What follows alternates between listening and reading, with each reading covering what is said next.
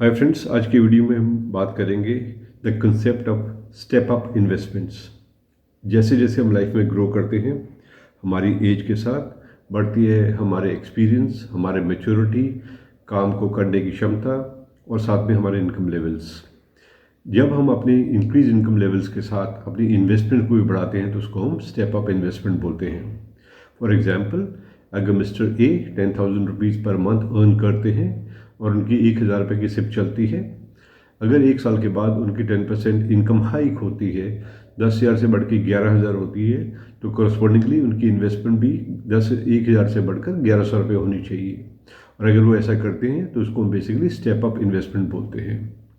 Step up investments के फ़ायदे क्या हैं, इसको जानने के लिए एक छोटे एग्जांपल के समझते हैं। आपकी स्क्रीन पे ये एक चार्ट है। हमने डाटा लिया है दिसंबर 1998 से लेकर दिसंबर 2023 तक, 25 साल का डाटा है। और इसमें किसी जेंटलमैन ने 25,000 रुपये महीने की SIP की for 25 years at a stretch. उनके जो है करस्पॉन्डिंग इंक्रीज इस पीरियड में कोई नहीं था। 25,000 डे वन पे थी और लास्ट इंस्टॉलमेंट भी 25,000 की थी। ये सारा पैसा इन्वेस्ट हुआ एग्जाम्पल के लिए निफ्टी 50 इंडेक्स के अंदर, जिसकी 25 साल की रिटर्न इस पीरियड की थी 13.20%। So at the end of 25 years जो आपका प्रिंसिपल एक्यूमुलेट हुआ दैट वाज 75 लाख्स, और उसका जो वैल्यू थी that was 5.23 crore rupees, which is a substantially big money. पर अब अगर उन्होंने स्टेप अप किया होता, सेम एग्जाम्पल पे दोबारा जाते हैं, 25,000 की SIP से स्टार्ट हुआ, 25 साल चला, same period 13.20 was the rate of interest.